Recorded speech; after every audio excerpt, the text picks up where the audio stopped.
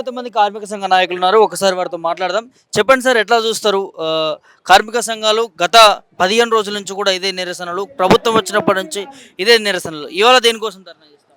కార్మికుల విషయంలో విధానమే మారలేదు. బీజేపీ అయినా కాంగ్రెస్ అయినా కార్మిక వర్గ సమస్యల పరిష్కారం పట్ల ఒకే విధానాన్ని అవలంబిస్తున్నాయి. సమస్యలను పట్టించుకుంటున్నారని చెప్పి మాట్లాడుతా ఉన్నారు.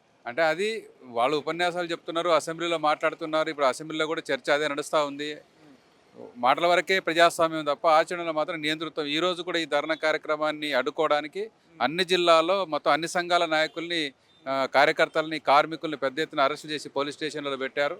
అర్ధరాత్రి వెళ్ళి తీసుకెళ్లి పోలీసులు నిర్బంధించారు. వెహికల్స్ వస్తుంటే వెహికల్స్ ఆపేశారు. ఈ రకంగా పర్మిషన్ ఇచ్చారు. పక్కన పర్మిషన్ ఇస్తూ మరో అడ్డుకునేటువంటి కార్యక్రమం చేస్తూ ఉన్నారు. అడ్డుకుంటున్నారు. అది ప్రభుత్వం యొక్క విధానం. కార్మిక వర్గం యొక్క పట్ల ఉన్నటువంటి ఒక వ్యతిరేక భావం అనేటువంటిది ఈ సందర్భంగా మనం ప్రధాన అనుకోవాలి. రేవంత్ రెడ్డి గారు కూడా మాట్లాడారు కదా, ధర్నా చౌక్ లో మేము ఎవరినైనా ధర్నా చేయిస్తాం, సమస్యలు ప్రభుత్వం దృష్టికి తీసుకురానిస్తామని చెప్పినప్పుడు పర్మిషన్ ఇచ్చిన తర్వాత మళ్ళీ ముందస్తు అరెస్టులు చేయడం. ప్రతి ఒక్కరికి పర్మిషన్లు ఇచ్చినట్టే ఇస్తున్నారు. ఈ యొక్క నిర్బంధం ప్రయోగిస్తూ ఉన్నారు. ఇది కాంగ్రెస్ మార్క్ రాజకీయం అని చెప్పి మనకు అర్థమవుతా ఉంది. కాంగ్రెస్ ప్రభుత్వం కూడా పారిశ్రామికవేత్తలకు, పెట్టుబడిదారులకు, బడా వ్యాపారస్తుల ప్రయోజనాల కోసమే తప్ప కార్మిక వర్గం పేదల ప్రయోజనాల కోసం కాదు. ఓట్లు, రాజకీయాలు, ఎన్నికలు అధికారంలోకి రావడం కోసం చెప్పినటువంటి బూటకు మాటలు తప్పిస్తే ఆచరణలో దానికి భిన్నంగా కనపడుతున్న విషయాన్ని ఈ సందర్భంగా చూడొచ్చు. అయినా కాంగ్రెస్ ప్రభుత్వం తన వైఖరి మార్చుకోవాలి. ప్రజాస్వామ్యబద్ధంగా పరిపాలన చేస్తా అని చెప్పాము. 7వ గ్యారెంటీ స్వేచ్ఛ స్వాతంత్రాలు ఇస్తామని చెప్పారు. కాబట్టి దీన్ని కాపాడాల్సిన బాధ్యత, ఒకవేళ లేకపోతే కాంగ్రెసే ఆ రకంగా బదలామైపోయి నష్టపోయే పరిస్థితి కూడా వస్తుంది. కార్మిక వర్గం తిరగబడే పరిస్థితి కూడా వస్తుంది. ఆ పరిస్థితి తెచ్చుకోవద్దని చెప్పి ఇప్పటికైనా చెప్తున్నాం. కార్మికుల కనీస వేతనాల సమస్య పరిష్కారం చేయకుండా ఈ ధర్నాని మరి ప్రభుత్వం అడ్డుకోవడానికి ప్రయత్నం చేస్తే మరిన్ని పెద్ద ఎత్తున ఉద్యమాలు వస్తాయని చెప్పి సందర్భంగా గుర్తుపెట్టుకోవాలని కోరుతున్నాం. అంటే బీఆర్ఎస్ హయాంలో అన్యాయం జరిగిందని మీరు అంటా ఉన్నారు, అందుకే కాంగ్రెస్ ప్రభుత్వం తెచ్చుకున్నారు అని చెప్పి కూడా కార్మికులు మాట్లాడుతున్నారు. మరి తెచ్చుకున్న ప్రభుత్వం ఎందుకు కార్మికుల పక్కన చిన్న చూపు చూడడం ఏంది? ప్రభుత్వం దగ్గరికి వెళ్ళినా కూడా సమస్యను సాల్వ్ చేయడం. ఇప్పుడు దావోస్ పోయారు, పెట్టుబడులను ఆకర్షించారు, పారిశ్రామికత రావాలి, కంపెనీలు పెట్టాలని చెప్పేసి ఆహ్వానిస్తూ ఉన్నారు.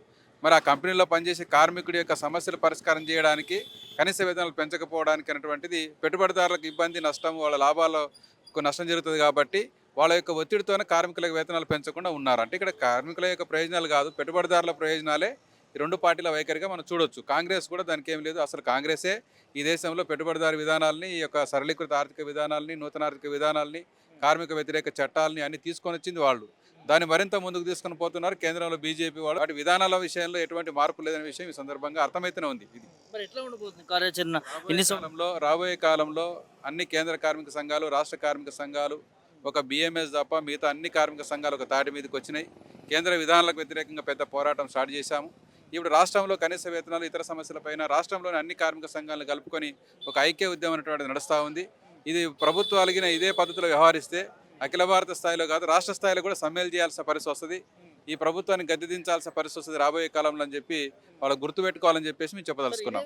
ప్రభుత్వం ఇదే రేవంత్ రెడ్డి ముఖ్యమంత్రి గారు, మాది ప్రజాపాలన, ప్రజల సమస్యలు పట్టించుకుంటున్నాము, దానికోసం ప్రజావాణి పెట్టినాము, ఏ ఒక చిన్న సమస్య ఉన్నా ప్రభుత్వం దృష్టికి తీసుకురండి, మేము సాల్వ్ చేసి చూపిస్తామని అన్నారు. కాబట్టి అది ఏమీ లేదు. ప్రజాపాలన, ప్రజాస్వామ్యం ఇదంతా వట్టి మాటలు. ఇవన్నీ ఆ పేరు మీద ఏదో షో చేశారు, తర్వాత గేట్లు బలగొట్టారు, మళ్ళీ ఇప్పుడు గేట్లు వేశారు, ఇప్పుడు ధర్నా చౌక్ని ఓపెన్ చేసినట్టే చేశారు. ఇక్కడికి ఎవరికి రాకుండా చూస్తూ ఉన్నారు. కాబట్టి నియంతృత్వం అనేటువంటిది, అప్రజాస్వామిక చర్యలు అనేటువంటివి యథావిధిగా కొనసాగుతున్న పరిస్థితి ఉంది. ఇది మరింత ముందుకు పోవడానికి ప్రభుత్వం ఆలోచన చేయొచ్చు. పోలీసుల నిర్బంధం పెట్టేసి ఉద్యమాలు ఆపే పరిస్థితి ఉండదు. పోలీసుల అణచివేత వల్ల ఉద్యమాలు ఆగే పరిస్థితి ఉండదు. కాబట్టి నిర్బంధాలకు ఇవన్నీ కొత్త కాదు. కార్మిక వర్గానికి రాబోయే కాలంలో దీని ప్రతిఘటన పెద్ద ఎత్తున ఉంటుందని చెప్పి కాంగ్రెస్ గుర్తుపెట్టుకోవాలని చెప్పదలుచుకున్నాం.